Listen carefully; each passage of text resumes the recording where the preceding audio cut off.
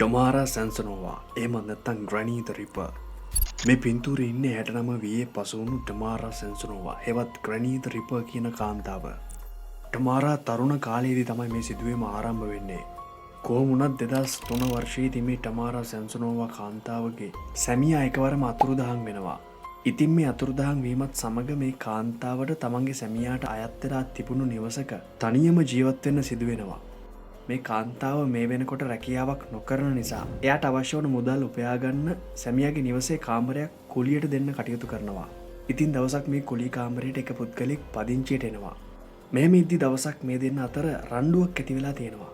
කොහොම වුණත් මේ සිදුවීමෙන් දවස් කීපයකට පස්සේ මේ කුලියට පැමිණි පුද්ගලයා ගැන කිසිම හොඩුවාවක් නැති වෙනවා. මේ අතුරුදහන් වීමත් සමගම පොලිසිය මේ පිළිබඳ විමර්ශනයක් ආරම්භ කරනවා. මේ ටමාරා කියන කාන්තාවගේ සැමියාත් මේ කුලියට පැමිණි පුද්ගලයාත් කියන දෙන්නගේම අතුරුදහන් වීම පොලිසියට යම් තරමක සැකයක් ඇති කරනවා මේ ටමාරා කියන කාන්තාව පිළිබඳව. මේ සඳහා කිසිදු සාක්ෂියක්වත් බොඩි එකක්වත් හොයාගන්න පොලිසියට පුළුවන් කමක් ලැබෙන්නේ නැහැ. මේ නිසාම මේ කාන්තාව අත්අඩංගුවට ගන්න පොලිස් නිලධාරීන්ට අවස්ථාවක් ලැබෙන්නේ නැහැ. ඉතින් මෙන්න මේ වගේ සිදුවීමකින් පස්සේ කිසිම ප්‍රශ්නයක් නැතුව මේ කාන්තාව නැවතත් තමන්ගේ එදිනෙදා සුපුරුදු ජීවිතය ගත කරමින් කාලයක් ගත වෙනවා. ඔන්න 2015 වර්ෂය.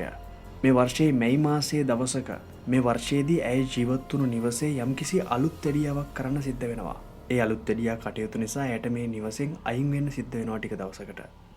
ඉතින් තමන්ගේ නිවසේ අලුත් තෙඩියා කටයුතු ඉවර වෙනකල් වෙනත් නිවසක් හොයාගන්න මේ ටමාරට සිද්ධ වෙනවා. මෙම හොයාගෙන යද්දි මෙයාට අවුරුදු 75ක විතර තරමක් මහලු වියේ පසුවන කාන්තාව ජීවත් වෙන නිවසක් හොයාගන්න පුළුවන් වෙනවා. එතකොට මේ ටමාරට වයස අවුරුදු 69ක් වගේ. මේ වෙද්දි මේ 75 වන වියේ පසුවන මහලු කාන්තාව ඇගේ දරුවන් විසින් තමයි රැකබලාගෙන තියෙන්නේ. දරුවනුත් මේ තීරණයට කැමැත්ත දක්වලා තියෙනවා සහ ගොඩක් සතුටු වෙලා තියෙනවා. මොකද ටික කාලයක් තමන්ගේ මවගේ වගකීම් වලින් ඔවුන්ට නිදහස ලැබෙන නිසා. කොහොම හරි ටමාරා මේ මහලු කාන්තාව රැකබලා ගනිමින් මේ නිවසේ නතර වෙනවා.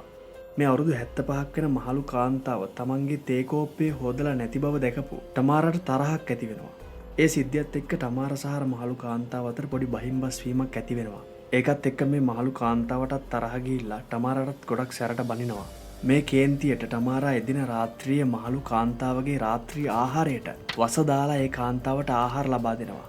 ඉතින් මොකද්ද වෙන්නේ? ඒ කාන්තාව එකකින් මරණයටපත් වෙනවා.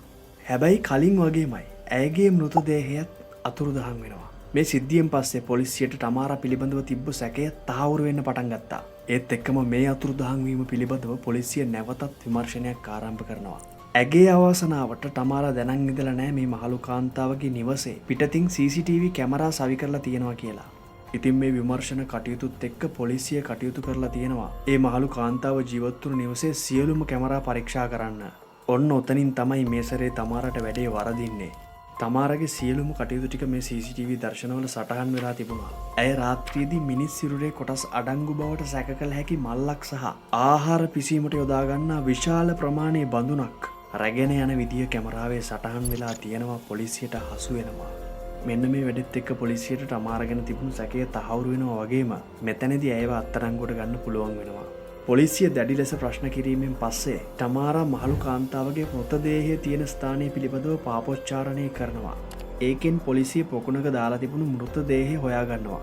නමුත් මේ බොඩි එක පරීක්ෂාවට ලක් කරද්දී ඒගොල්ලෝ හොයාගන්නවා මේකේ බොහෝමයක් ශරීර කොටස් අඩුයි. තවදුරටත් මේ විමර්ශන කටයුතු මෙහෙවන පොලිසිය ටමාරාගේ අතුරුදහන් වුණු සැමියාට අයත් වෙලා තිබුණු අලුත් තැඩියාවට ලක්වෙන නිවස පරීක්ෂා කරන්න කටයුතු කරනවා. තවත් සාක්ෂියක්. එහිදී එම නිවසේ නානකාමරයේ තිබිලා මෘතදේහ කොටස් කපා ඉවත් කිරීමට භාවිතා කරයියයි සැක කරන්න පුළුවන් විදිහේ චේන්සෝ උපකරණයක් පොලිසියට හම්බ වෙනවා. ඒ විතරක් නෙමෙයි ඒ නිවසේ තිබිලා ටමාරා සැන්සනෝවා කියන මේ දරුණු මිනිමරු කාන්තාවගේ දිනපොතත් හම්බ වෙනවා. ඉතින් ඒක පරීක්ෂාවට ලක් කරද්දී පොලිසියට දැක ගන්න පුළුවන් වෙලා තියෙනවා මේ විදිහටම ඇය මිනිස්සු 14 දෙනෙක්ව ඝාතනය කරලා තියෙනවා. ඒ මලසිරුරු කොටස් වලට කපලා වෙන් කරලා තමා විසින්ම ආහාරයට ගත්ත විදිය සහ ආහාරයට ගන්න බැරි වෙන කොටස් ටික ඉවත් කරපු විදිය ඒකේ සවිස්තරාත්මකව ලියලා තියෙනවා. ඉතින් මේ පොලිසියට හම්බ වුණු පොලිසිය අන්දමන්ද කරපු දිනපොතේ අකුරක් නෑර නිරීක්ෂණය කරන්න පටන් ගන්නවා.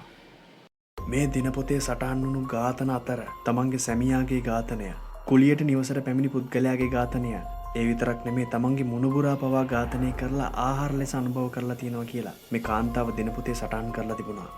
මේ දරුණු කාන්තාව තමා සතුව බ්ලැක් මැජික් එහෙම නැත්නම් ලංකාවේදී යන්ත්‍ර මන්ත්‍ර ගුරුකම් කියලා හඳුන්වන විදිහේ හැකියාවක් තියෙන බවට විශ්වාස කරලා තියෙනවා.